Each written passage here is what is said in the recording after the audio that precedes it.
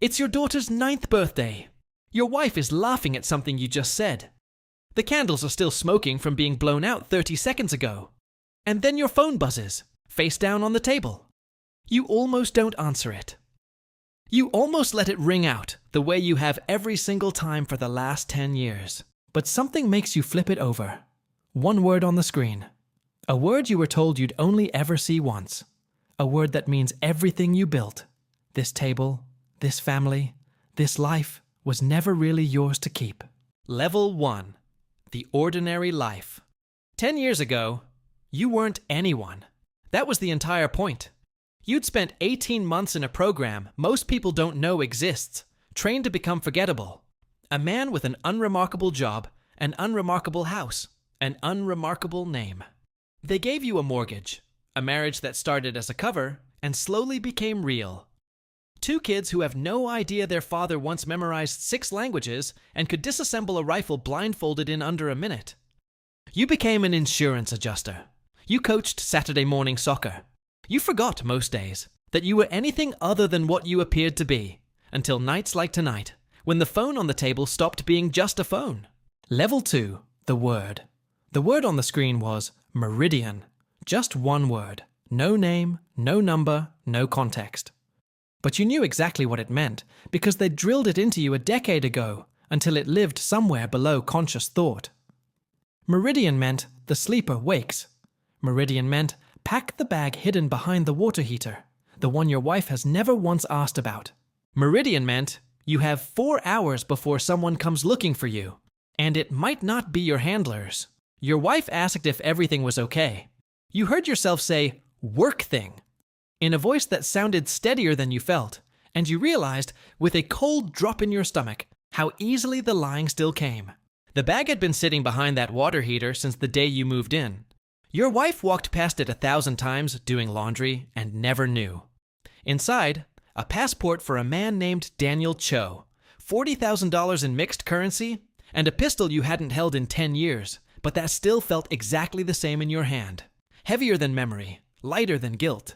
You sat on the cold garage floor for a long moment, staring at the ring on your finger, the one that was supposed to be part of your cover and had somehow become the realest thing in your life. Then you heard footsteps on the stairs. Your wife's voice calling your name. Your real name, the one only she still used. Level 3, the confrontation. She saw the bag before you could close it. 10 years of careful lies collapsed in the space of 1 second.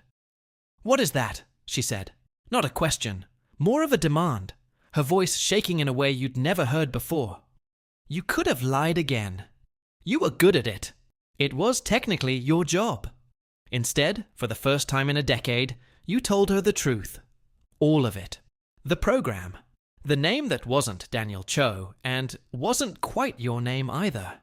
The fact that the man she married had been assembled, piece by piece, to disappear into a life just like this one. And that tonight, that life had officially expired. She didn't scream. She didn't cry. Not at first. She just asked one question that broke something in your chest. Was any of it real? You told her the only true thing you had left to give. That you didn't know anymore where the mission ended and your real life began. That somewhere in the last 10 years, loving her had stopped being an assignment and started being the only thing keeping you human. She stared at you for a long moment. Then, from somewhere down the street, headlights swept across the garage window, and both of you went still. Meridian meant 4 hours. You'd just used 40 minutes explaining yourself. The people coming for you didn't care about your marriage. Level 4, the extraction. They came faster than the protocol ever promised. 2 men, professional, quiet, the kind of quiet that meant they'd done this before. You didn't have time to explain any more truths to your wife. You grabbed her hand and your daughter's hand and moved through the house you'd built together toward the back door, toward the woods you used to hike as a family. Now suddenly a tactical retreat route you'd mapped in your head a decade ago and never told anyone about. Your daughter was crying, confused, asking why Daddy had a gun. You didn't have an answer that wouldn't break her heart, so you said nothing and kept running. A shot cracked through the trees behind you. Not aimed to kill, you realized. Aimed to make you stop running. You didn't stop. 10 years of forgetting how to fight came rushing back into your hands and legs all at once, the old training overriding a decade of soccer practices and grocery runs. You reached the tree line where a car should have been waiting, if the extraction protocol still meant anything after 10 years of dormancy. It was there, an old contact, someone from a life you thought was permanently closed, engine running, back door already open. "Get in," he said, not even surprised to see you had a family now. "We don't have long." Level 5. The New Truth. Nobody spoke for the first 20 minutes. Your daughter eventually cried herself to sleep against your wife's shoulder. Your wife didn't let go of your hand once, and you understood, somewhere in the silence, that this was her answer to the question you never got to ask her back in the garage: whether she'd stay, knowing the truth.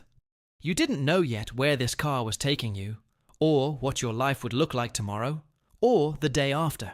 The house, the job, the soccer games, all of it was gone the moment that word lit up your phone. But watching your wife hold on to your hand like it was the only solid thing left in the world, you understood something the program never taught you. The mission had never been the cover. The family had never been the cover either. It was the only real thing you'd ever built. Somewhere behind you, the life of an insurance adjuster named Who You Used to Be was already being erased from every system that ever recorded it. Ahead of you, no name yet, no house, no plan beyond the next 40 miles of highway. Just 3 people who loved each other enough to run into the dark together. If you had 10 years built on a lie, and it all came down to one phone call, would you have run? Comment below and subscribe for the next POV survival story.